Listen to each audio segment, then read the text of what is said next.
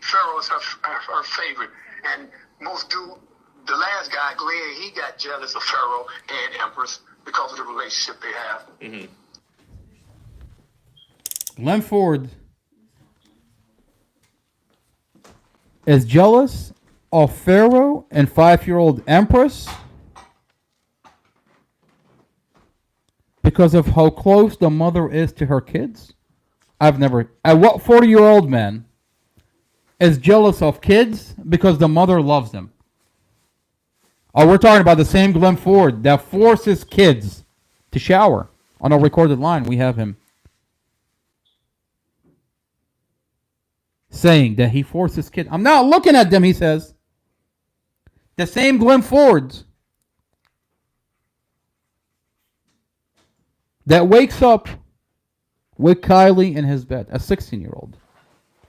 This is a dash camera that shows Mustafa is washing the outside of his vehicle,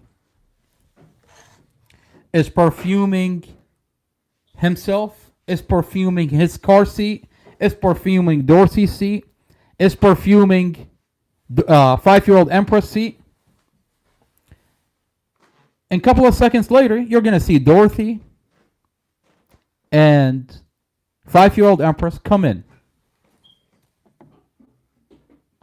Dorothy is holding flowers.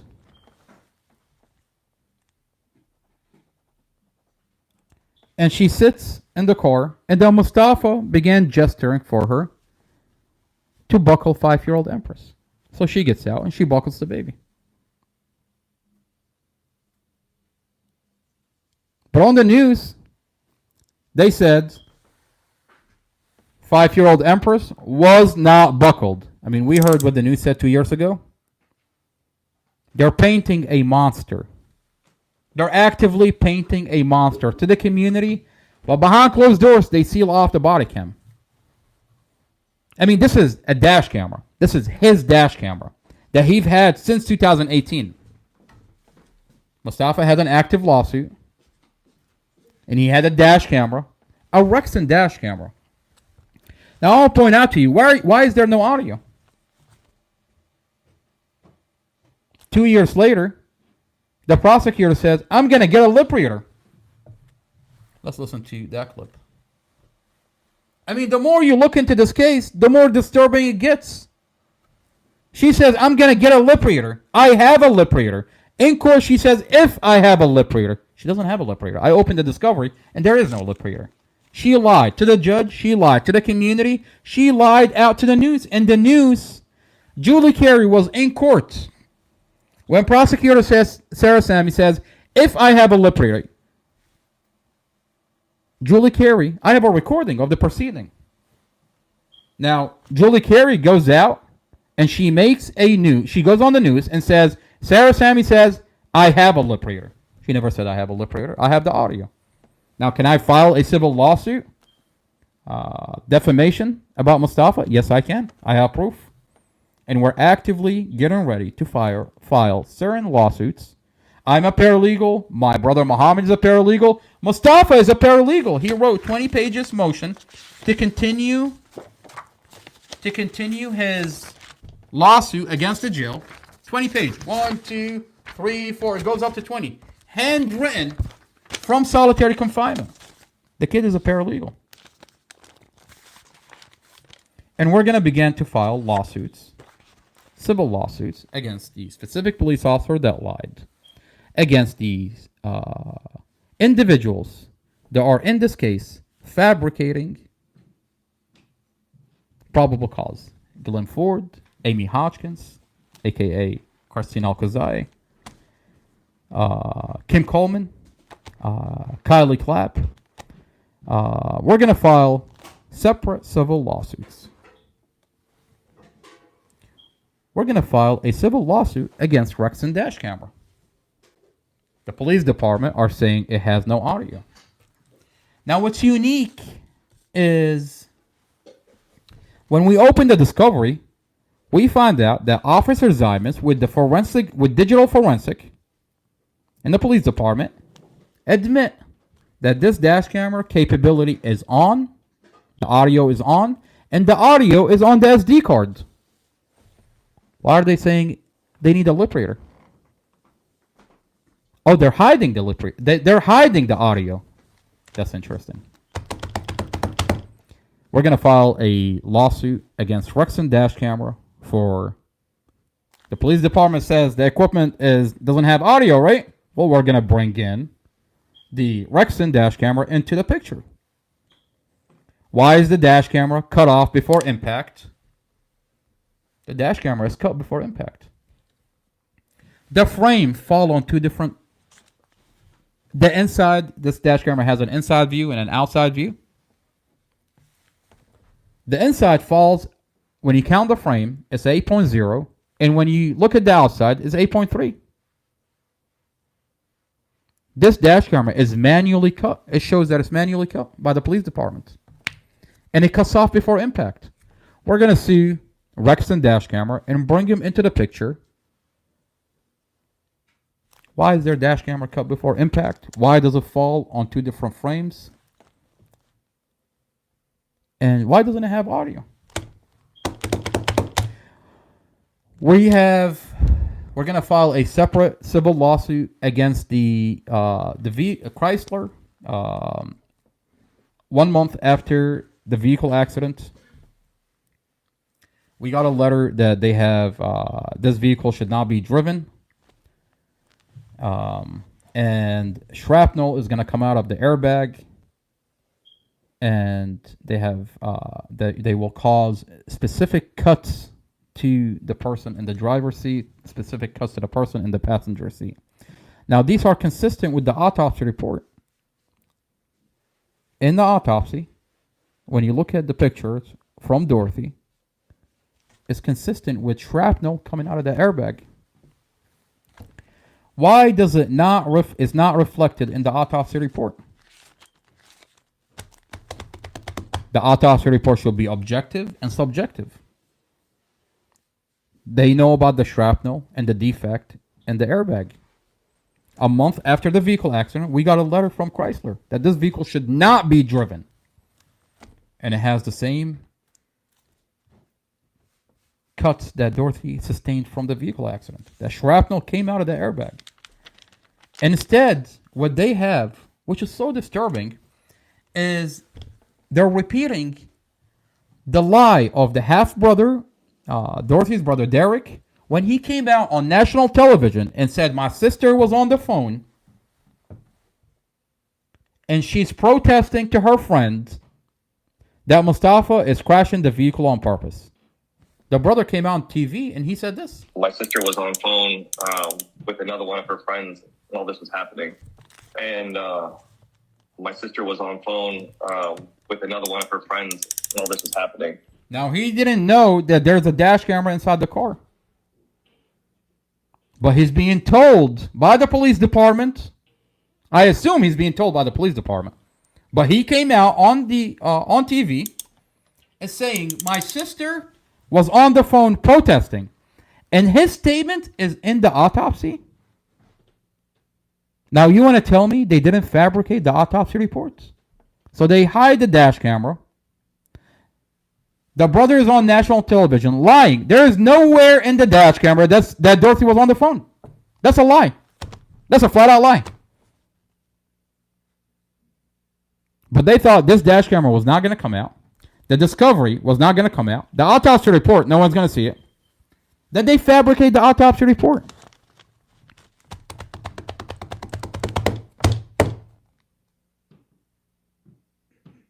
We're going to bring a lawsuit, a civil lawsuit, against Chrysler to bring them into the picture. This is their vehicle. We're going to bring a civil lawsuit into the autopsy report. The person that wrote the autopsy report. Why is it not objective and subjective? Why is it fabricated? We're going to bring a separate lawsuit into the nurse that partook in Mustafa's interrogation in the hospital, identifying herself as law enforcement. These are all separate lawsuits that are going to come into to bring forward what they're doing to Mustafa. This is a dash camera. And it shows that the whole entire thing is a vehicle accident. And it's unsealed now, prosecutor. This prosecutor is terrified. Is terrified that she went to Judge Carol Weimer and she sealed off the dash camera. I mean, they pull into a 7-Eleven. Mustafa's brother seems to have a lot. 3 minutes after they pull out a 7-Eleven, the accident happened. We have the CCTV video from inside 7-Eleven.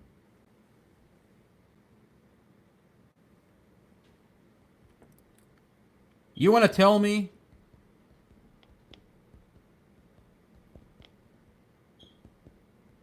that a guy that spends almost 10 minutes pulling up a coupon to save $2 off his cigarette is going to crash the vehicle on purpose 3 minutes later?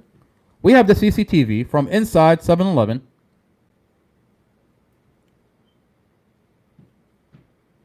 Where Mustafa is pulling up a coupon for 10 minutes going through his email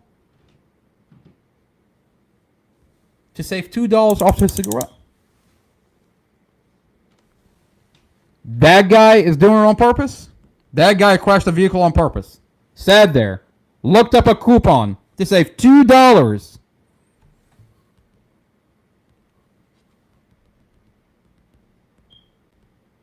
This is Mustafa. And right here, our beautiful, beautiful, disgusting prosecutor, Sarah Sammy. You like how I use those two words in the same sentence?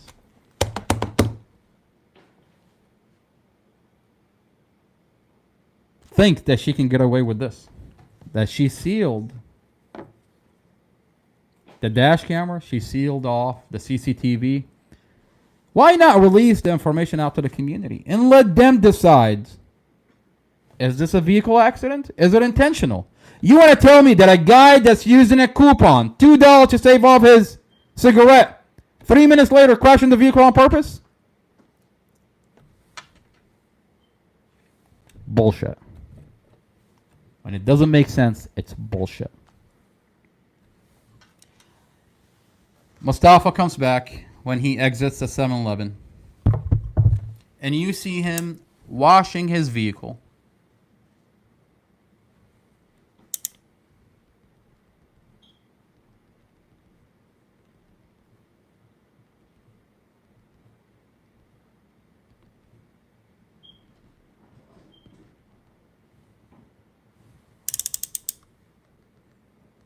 This is a CCTV from outside the 7-Eleven.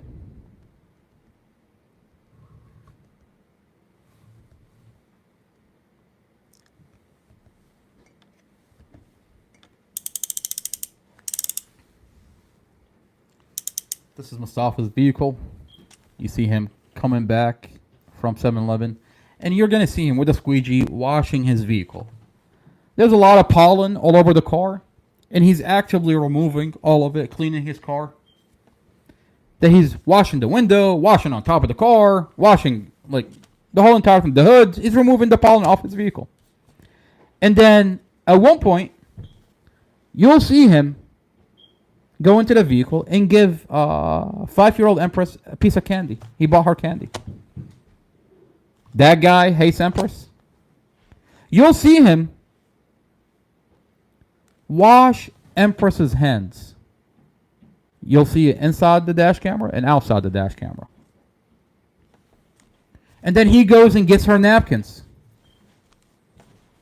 My favorite comments on the internet is he doesn't care about her. He just doesn't want his car to get dirty.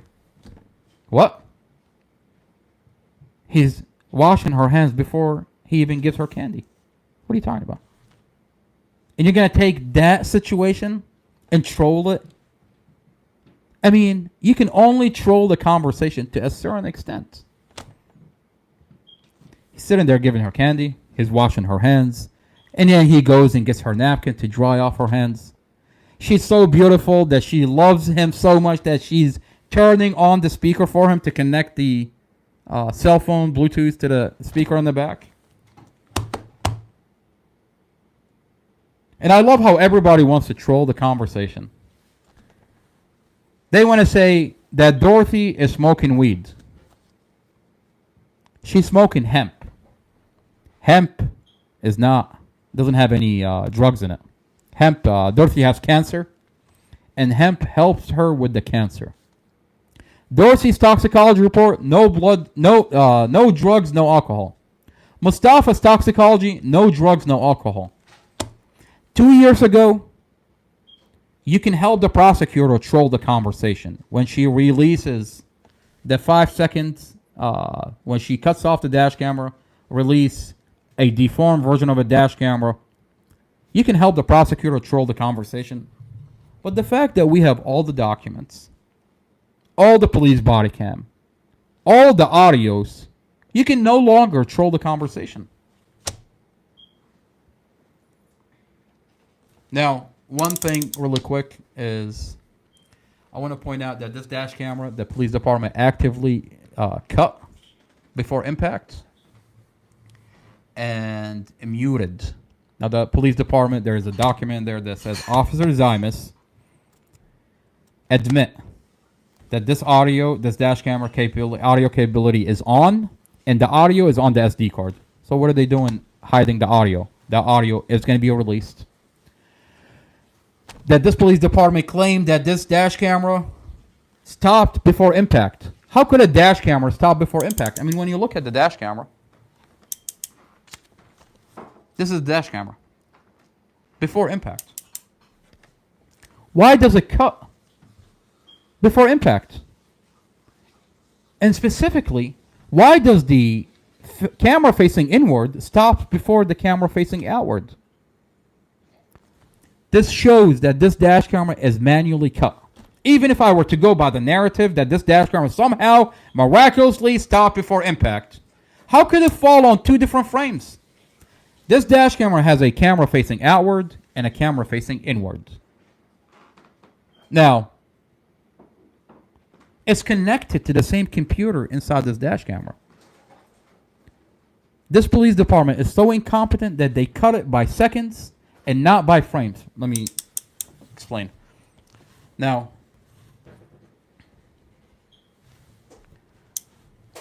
when you count the frames, if you go back far enough, if you get to 8.3, you only see the camera rolling on the outside. But if you go back to 8.0, before 8.0, the camera turns on. If you're 7.5, 7.6, 7.8, 0.9, the camera cuts off at 8 seconds. While the camera on the outside is rolling at 8.1, 8.2, 8.3. There are frames that are missing from this dash camera. That this police department manually cut the dash camera at 8 seconds, but they forgot to cut it by frames. That you have missing frames from the inside. I mean, this is proof that they manually cut this dash camera. And they're so terrified now that we have these files that we can measure the frames and show this community that this police department actively cut the dash camera, muted the audio, staged the vehicle. We have pictures of the vehicle staged. The vehicle looked one thing after impact, and it looked completely different inside the police department. They cut and staged this vehicle. Why are they cutting the dash camera? Because at one point, you see Mustafa is having a reaction. That his tongue, his mouth is open and began to open more when he realized he's in a position, when he loses control of that vehicle, that he has nowhere to go. He took a lane and realized it's the wrong lane. He can't get back into traffic. There's a medium right in front of him. He realized he's in the wrong lane. He began to panic. His mouth is open. His mouth began to open more. He sticks out his tongue and his cheeks. The police department cut the camera. And they want to tell the community, doesn't have a reaction. Yeah, he does. His jaw open for you is not good enough. Him sticking out his tongue is not good enough. What do you want him to do? Throw his hands in the air?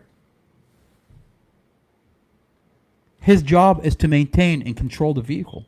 He's panicking. But you cut the camera.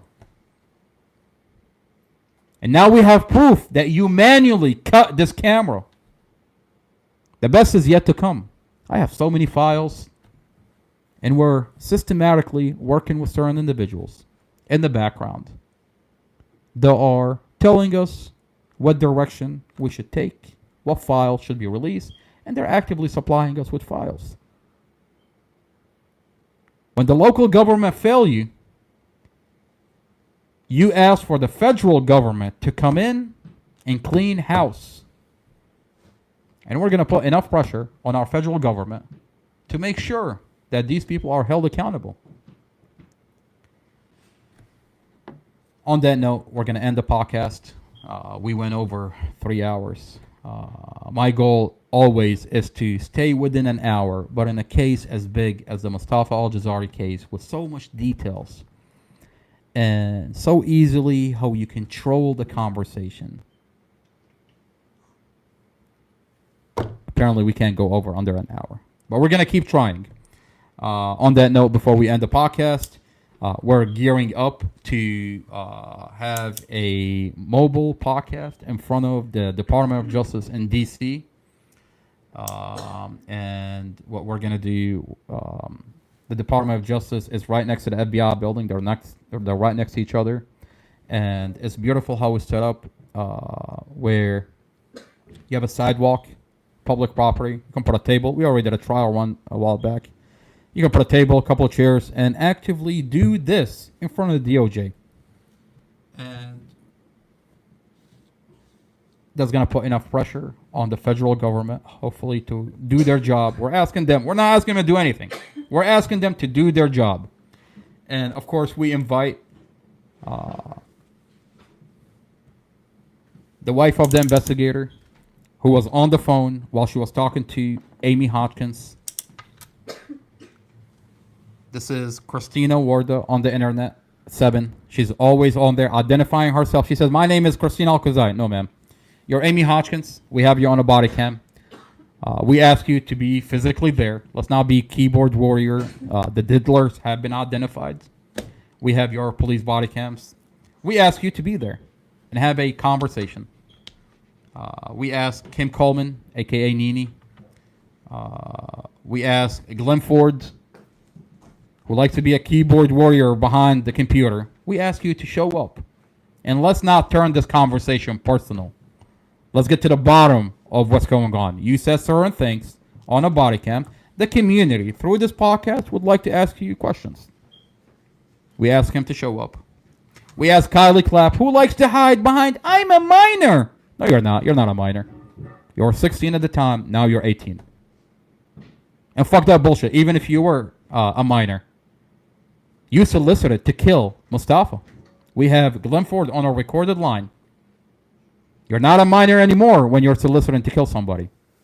You're not a minor anymore when you're framing somebody actively in a case being used by the state to actively frame somebody. When you specifically say, "I never saw anything," but you're connected to individuals who hates Mustafa, who has a motive for you to lie about Mustafa. Last time we checked, you were 16 at the time, according to Glenn Ford himself. He said you were 16 when he woke up with you in his bed. That's 2 years ago. It's been 2 years, man. Today you're 18. And because of your lies, Mustafa, the only person that took care of your brother and your mother, sits in solitary confinement. What do you think is going to happen to you by law, man? Do you have anything to do with the vehicle and the accident? The police mechanics say someone tampered with the vehicle. There's brake failure. You're on an active line, on a recorded line, where Glenn Ford, you said you solicited to kill Mustafa.